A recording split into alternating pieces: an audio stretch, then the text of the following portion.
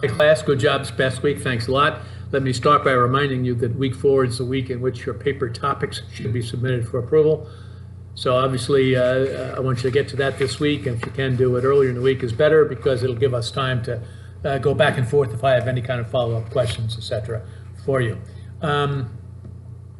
We had one question that I wanted everyone to have. I wanted both groups to have a consensus answer to.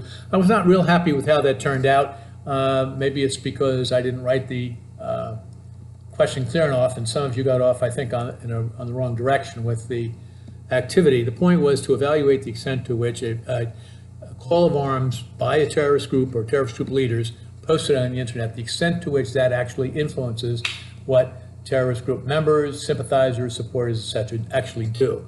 There was some discussion along those lines, and that's fine, but I don't feel that, I do feel that some of us got off on the wrong foot, instead talking about what counterterrorism forces, etc., could do to make use of the data to take preventive actions against attacks and stuff like that. That's good stuff, but it's not what the question was about.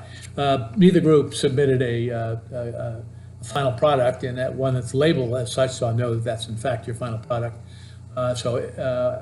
When I get those, I will submit written feedback and post it in the week 4 discussion blocks, okay?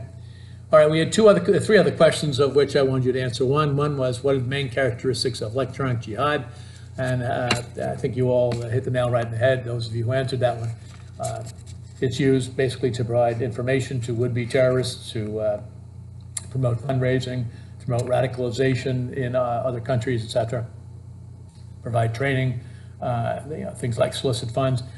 But one of the things I think it's implied, but it's worth kind of emphasizing, is that the electronic jihad is also kind of embedded in the things that you've already covered, is the notion of undermining, subverting Western ideology, reducing the commitment of X number of people in our societies to Western ideals, and instead turn them towards Islam and towards a radical interpretation of Islam. So undermining the homogeneity of our culture, with the idea, of course, of supplanting it eventually with Sharia law and things like that, okay? But anyway, I think you all did a good job answering the question about the electronic jihad. I think only one person answered the question about assessing the tangible impact of Breivik's manifesto that was posted. I think the answer was a good one, and that is you have to try to figure out who actually read it.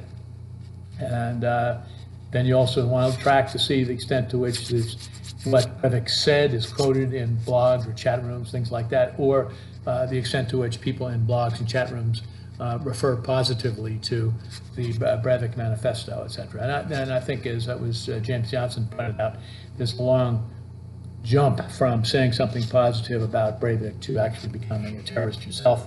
So we need to kind of keep that in mind, that people say radical things or express support for radical views when it may not be radical, number one, and they may not be. They could be teenagers who don't really know what they're talking about. It could be a lot of things, but we just don't want to make that jump. I think that's an excellent point. The next question was, what about the assertion that violence by Al-Qaeda's affiliates sort of proves the point, or makes the point, that the internet and social media platforms have not been much of a force multiplier for Al-Qaeda? And I think those who answered the question got it right. I mean, it's a pretty good argument. The argument there is that a lot of places where the